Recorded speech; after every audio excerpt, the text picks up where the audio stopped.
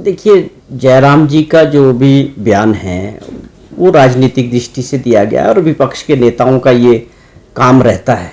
लेकिन उसमें एक चीज़ उन्होंने नहीं कही है, जहाँ तक मुझे नॉलेज है, कि भी वो कह रहे थे कि हमारे टाइम में ये फाइल आगे चली थी, लेकिन कोई परमिशन मिली थी ऐसा मुझे उसमें कहीं सुना नहीं है कि उन्होंने ये कहा है।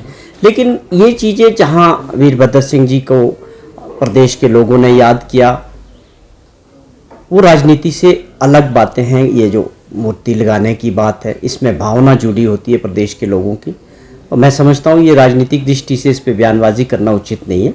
वो एक बहुत बड़ी शख्सियत थी, उन्होंने 60 साल तक प्रदेश के और देश में जो है राजनीतिक उनका कैरियर रहा। 6 बार प्रदेश के मुख्यमंत्री रहे और 6 बार तकरीबन मेंबर ऑफ पार्लियामेंट भी रहे। उसके अलावा भी एक बहुत बड़ी शख्सियत थी, तो उनकी भरपाई तो हमेशा लोगों को याद रहती है, ऐसे लीडर की जिन्होंने प्रदेश के लिए बहुत बड़ा योगदान दिया। और हम इसको राजनीतिक दृष्टि से नहीं देखते हैं। हमारे डिप्टी चीफ मिनिस्टर साहब ने भी कल इस बात के ऊपर अपना बयान दिया कि इस पर राजनीति नहीं होनी चाहिए, और मूर्ति अभी एक बनी थी वो लगी है, आगे भी और मौका मिलेगा। और ये बिल्कुल भी जिस दृष्टि से इसमें जो है ठाकुर जयराम जी ने बयान दिया, ये बिल्कुल इस दृष्टि से इसको नहीं देखना चाहिए।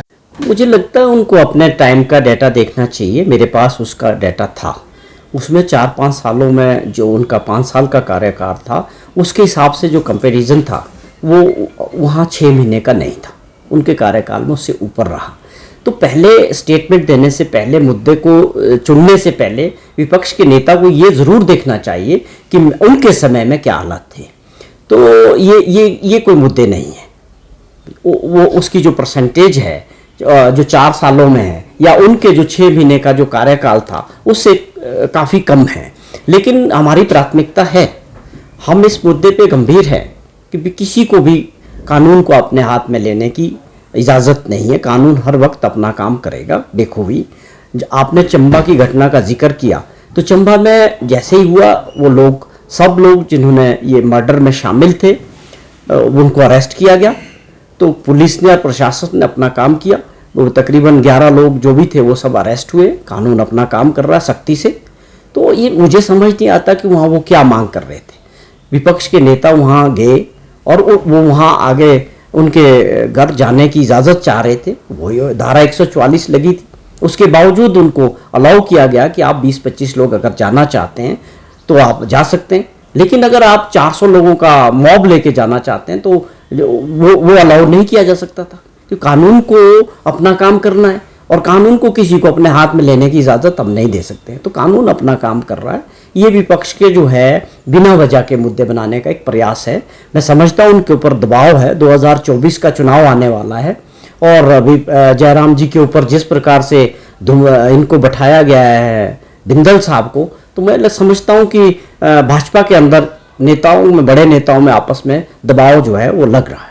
वो इसको राजनीतिक मुद्दा बनाना चाह रहे हैं। विपक्ष की पिछले काफ़ी समय से मैं देख रहा हूँ कि लगातार 3 हार होने के बाद, हिमाचल प्रदेश में अगर आप देखें कि बाई इलेक्शंस हारे, उसके बाद विधानसभा का चुनाव हारे, और फिर म्यूनसिपल कॉरपोरेशन शिमला का चुनाव, जिस प्रकार से लगातार हारे देख रहे हैं विपक्ष के लोग, तो ये मुद्दे की तलाश में रहते हैं। इसमें स्वाभाविक है, जो और भी घटनाएं देख रहा हूँ मैं, चंबा की जो घटना हुई उसको किस प्रकार से राजनीतिक दृष्टि से भाजपा ने उसका राजनीतिकरण किया, वो एक मुद्दा ढूंढने की अपना तलाश रहे हैं।